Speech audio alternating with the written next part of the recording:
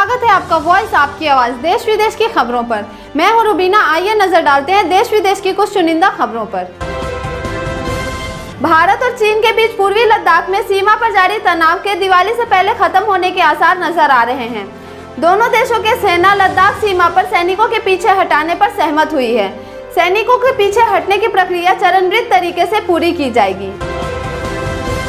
America में राष्ट्रपति पद के लिए हुए चुनाव के नतीजे आने के बाद डोनाल्ड ट्रंप अपनी हार मानने को तैयार नहीं है।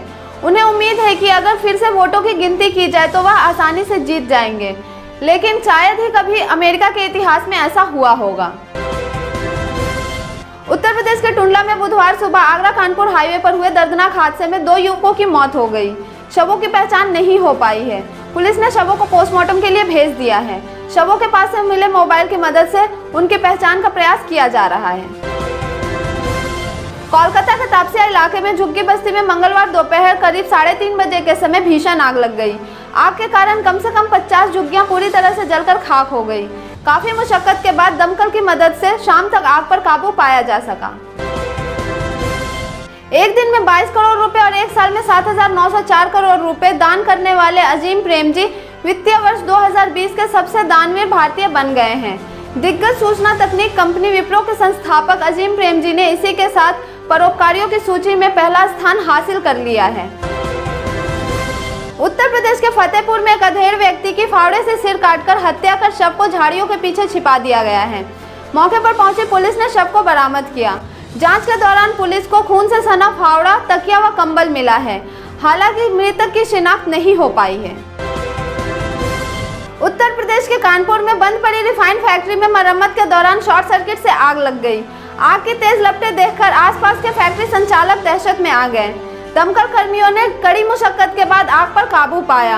आग से लाखों के नुकसान का आकलन है। उत्तर प्रदेश के बुलंदशहर में हाईवे 91 पर मंगलवार शाम दिल्ली जा रहा ट्रक अनियंत्रित होकर सड़क किनारे पलट गया।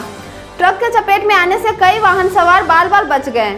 वहीं ट्रक चालक और हेल्पर गंभीर रूप से घायल हो गए, जिन्हें पुलिस कर्मियों ने अस्पताल पहुंचाया।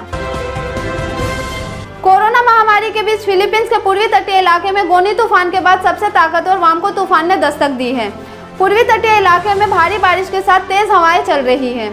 तूफान की रफ्तार 155 किलोमीटर तक आंकी गई है। तूफान की तीव्रता देखते हुए स्थानीय प्रशासन ने अलर्ट जारी कर दिया है। 3 केंद्रीय कृषि सुधार कानूनों का करीब 1.5 महीने से विरोध कर रहे किसान संगठनों के साथ 13 नवंबर को केंद्रीय कृषि मंत्री नरेंद्र सिंह तोमर और रेल मंत्री पीयूष गोयल बैठक करेंगे।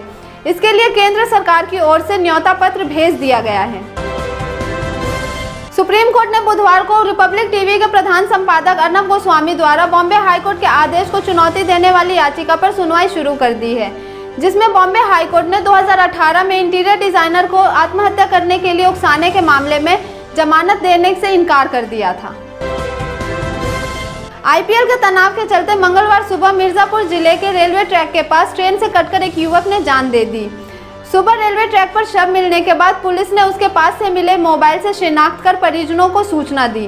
मौत की सूचना मिलते ही परिवार में कोहराम मच गया। दिवाली और छठ पूजा के मद्देनजर रेलवे ने 13 स्पेशल ट्रेनें चलाई हैं। आज से इन स्पेशल ट्रेनों के लिए रिजर्वेशन शुरू हो जाएंगे। जिन यात्रियों को रिजर्व सीटें नहीं मिल पा रही हैं, वे इन स्पेशल ट्रेनों के रूटों पर पड़ने वाले स्टेशनों के लिए रिजर्वेशन करा सकते हैं।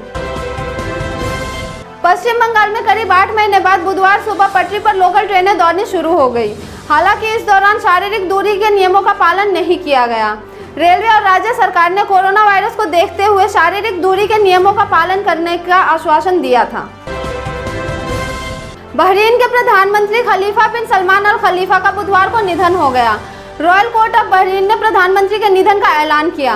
कुछ दिनों पहले ही बहरीन के प्रधानमंत्री इजरायल शांति समझौता को लेकर वैश्विक चर्चा में आए थे।